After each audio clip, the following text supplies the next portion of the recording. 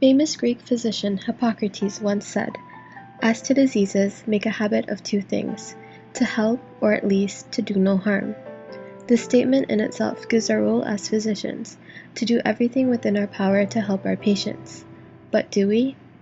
Social justice demands that the medical profession promote justice in the healthcare system, including the fair distribution of healthcare resources.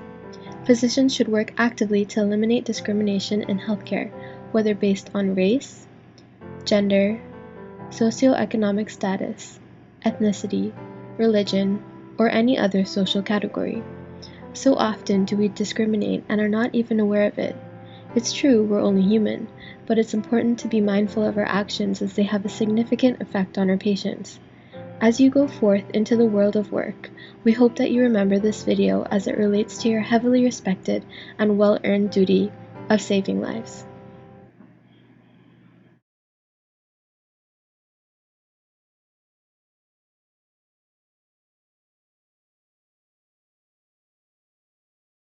How was the party there? Yeah, good. We're drinking so much. Oh God. Shall come in now. Where are my interns? These are your patients for today. Decide who's going to do which one and follow up with the leader. Oh, let me see this.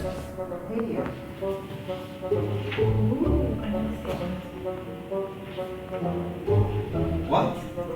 I don't want this patient. This is HIV positive. So I don't make up I don't my want this. diabetes patient. I don't want this. What? I will take blood from this patient too? Nah. I don't want this patient. Nah. HIV-related stigma and discrimination refers to prejudice, negative attitudes, and abuse directed at people living with HIV and AIDS. The World Health Organization reports stigma and discrimination as the main reason for why people are reluctant to get tested, disclose their status, and take antiretroviral drugs. As healthcare professionals, let's work towards dissolving the stigma by treating our patients as individuals and not as a disease.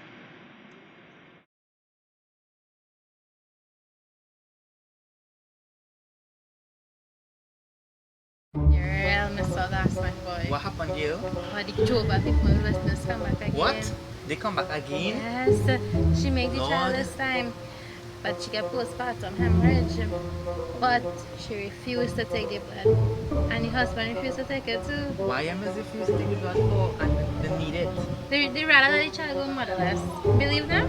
I don't understand that, you know. I understand. really don't understand that. I think that's a stupid way to die. I find it stupid. I mean, look at technology and treatment we have, and you refuse to just what a religious belief.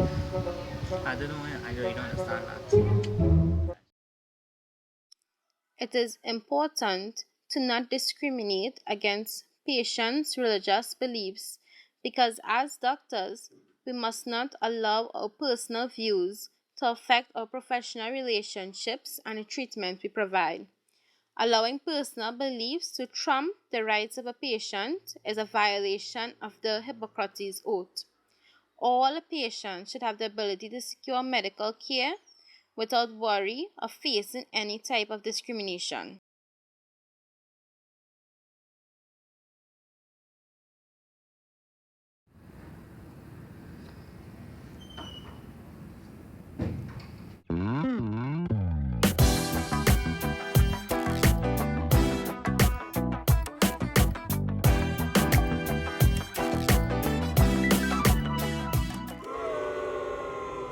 What can I help you with today, Miss Alexander? Well, since I wake up this morning, I have a really bad belly pain. I vomited plenty. I mean, yes, I drank last night, but to me, I drink enough water, and I'm supposed to be like this still. Where were you drinking last night? A group of us went in the bar down the road. I don't know if you know where that is. Where's that? Closer to Police Field side. Can we just backtrack a second? Where exactly are you from? Westmoreland. Westmoreland? Yeah. Down west. And what's your occupation? Well, I'm an engineer. I work offshore with the oil, but I'm back onshore for 2 weeks. And I said I'm going to take a drink, but I can't forget how to drink. Oh, Okay, I see.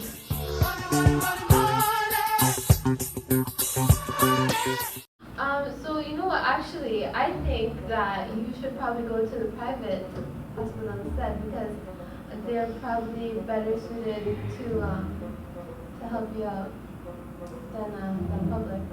Actually, I work there, so I can give you my card, and then you can give me a call. We can set up an appointment to go to the private. Alright, so I don't have anything I can do at all with the public? No, private's probably better for you. It is important for us to give 200% of ourselves to our patients, regardless of their socioeconomic status. We need to ensure that they are treated equally whether they can afford the care privately or not. It is also necessary for us to become advocates for the poor. It should not be that they are not offered the same quality of care in the public setting because they cannot afford private health care.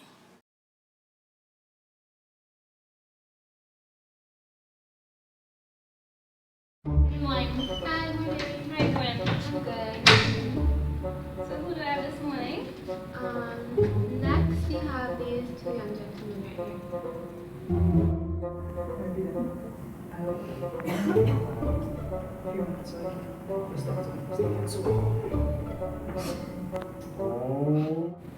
Together? Yeah, together. Okay.